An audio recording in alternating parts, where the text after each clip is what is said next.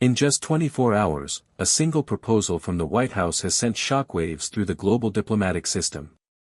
President Donald Trump officially announced a near 50% cut to the U.S. State Department's operating budget, an unprecedented move since World War II. What does this mean? Dozens of embassies could shut down. U.S. funding for the UN, NATO, WHO, could vanish. Before Wall Street could react, global capitals from Europe to Asia were already in alarm. Is this a strategic move to protect American interests, or a subtle signal that the U.S. is stepping back from global leadership? This isn't just a budget shift, it's a bold political statement. America is redefining its global role. According to the White House Office of Management and Budget, the State Department's funding will be cut from $58 billion to around $30 billion, bringing it back to 2003 spending levels. The consequences are sweeping. At least 37 embassies and consulates across Africa, South Asia, and Eastern Europe are expected to close. The Fulbright Scholarship, long hailed as a symbol of American soft power, will be suspended indefinitely. The U.S. will cut all annual contributions to the UN, NATO, UNESCO, and other international bodies. Beyond finances, the proposal demands a full restructuring of the State Department, downsizing staff, merging regional posts, and shutting down several cultural diplomacy programs. Analysts warn that thousands of U.S. diplomats could be laid off, while allied nations scramble to fill the gaps. Some scholars call it the most organized diplomatic retreat by the U.S. since World War II. If passed by Congress, it could mark the end of a diplomatic model that has defined American foreign policy for nearly 8 decades. Just hours after the announcement from Washington, the world began reacting, and it wasn't with silence. From Brussels, NATO Secretary-General Jens Stoltenberg warned, if the U.S. withdraws funding, NATO's collective defense capabilities will be significantly weakened. The United Nations issued an emergency statement: humanitarian, peacekeeping, and crisis response missions are now at serious risk of collapse. In Europe, EU leaders were both shocked and disappointed. Germany's chancellor said, "We cannot replace America's leadership in global institutions." In Asia, U.S. allies Japan and South Korea called emergency meetings with their foreign ministers to assess potential impacts on regional security ties. Meanwhile, in China and Russia, America's geopolitical rivals, observers noted a cautious but unmistakable tone of satisfaction. Chinese state media declared it a sign that the West is fracturing from within. In the Middle East, nations that depend on U.S. aid and diplomacy expressed concern over the future of military and peace agreements. One thing became clear: when America pulls back its funding, it creates more than a budget gap, it creates a power vacuum. Behind the numbers and shocking headlines lies a long-standing worldview. Trump no longer wants the U.S. to be the world's ATM. From the very beginning of his 2016 campaign, the slogan, "America First," wasn't just political rhetoric, it became a doctrine guiding U.S. foreign policy: America must stop footing the global bill. Trump's administration views international institutions, from the UN to WHO, as inefficient, bloated, and often misaligned with U.S. national interests. Rather than dispersing resources across multilateral diplomacy, Trump chose to reallocate funding toward domestic priorities like border security, semiconductor manufacturing, and regional military strength in the Indo-Pacific. A core belief: if allies don't pay their fair share, America has no obligation to carry their burden. He once called NATO obsolete and repeatedly criticized European countries for failing to meet the 2% defense spending target. He questioned the UN's effectiveness, even as the U.S. continued paying nearly 22% of its total operating budget. This wasn't a rash decision, but a culmination of years of planning rooted in one principle: foreign policy must serve U.S. interests directly, or be eliminated. Analysts warn this could lead to a lonely superpower scenario, economically and militarily strong, yet politically isolated. A Brookings Institution expert noted, a United States less present in the UN and less active in global institutions opens the door, and China is ready to walk through it. This is the core concern of Trump's critics: that strategic retreat may not make America stronger, but rather weaken the global order it once built. As the US cuts its funding and reduces its role in international organizations, the big question is, who will fill the power vacuum? Clearly, China is the most poised to take advantage of this US retreat. Over the past several years, Beijing has built a solid foundation economically and politically to potentially replace the role that the US has left behind. From the Belt and Road Initiative, expanding influence in Africa, to increasing its presence in the United Nations and the World Trade Organization, WTO, China has gradually moved closer to the goal of replacing the US in shaping international policies.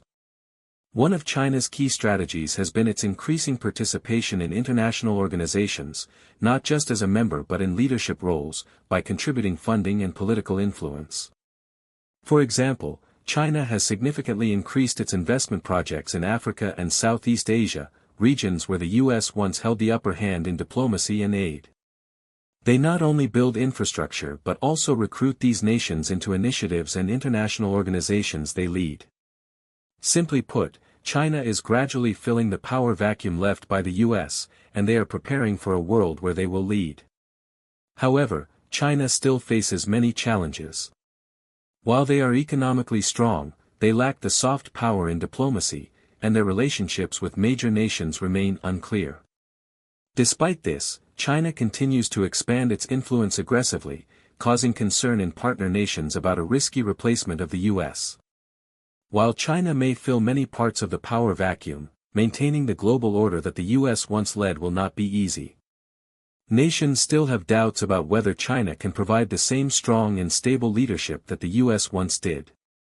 In addition to China, other nations such as Russia, India, and even the EU are also seeking to seize this opportunity. Russia, with its military and strategic influence, is also seizing the moment to assert itself, particularly in regions like the Middle East. India, with its growing economic and military potential, is expanding its influence in Asia and even seeking to engage in international organizations from which the US is retreating. The EU, despite lacking military power, has significant economic and diplomatic clout and is trying to take on a leadership role in many global issues. So, who will really fill this power vacuum? It might be a group of countries rather than a single superpower like the US. But the world will undoubtedly witness a shift in the current global order. So what is really changing in today's global order? Is the US still the sole superpower leading the world, or are we witnessing the largest shift in over 80 years? The fact is, America's retreat from global leadership will not just alter international policies, it will reshape the global balance of power for the future. This is not just about cutting budgets or withdrawing from international organizations, but about a shift in global power from Western-led countries, headed by the US, to emerging nations with growing influence. China, Russia, and other powers now have the chance to create a new order, an order that no longer depends on America's leadership. They will not just replace America's leadership, but also establish a new approach to global challenges. With China, the Belt and Road Initiative, investments in global infrastructure, and increasing influence in organizations like the UN and WTO, the country is steadily asserting itself.